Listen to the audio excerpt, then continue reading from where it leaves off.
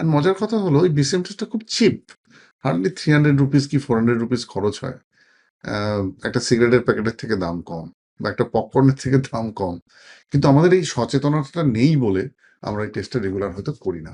So we recommend all stable CKD patients to do BCM in every 3 months. যাদের dialysis চলছে বা যাদের transplant হচ্ছে তাদের তো মাসে একবার করে করা উচিত। আর যেই ক্ষেত্রে আমরা দেখতে পাবো যে হাত পা ফুলে গেছে বা ফ্লুইড রিটেনশনের কোনো ফিচার হয়েছে, তখন as when required BCM test করে আমাদের বোঝা উচিত যে ওয়াটার ডিস্ট্রিবিউশন প্যাটার্নটা শরীরে কি রয়েছে।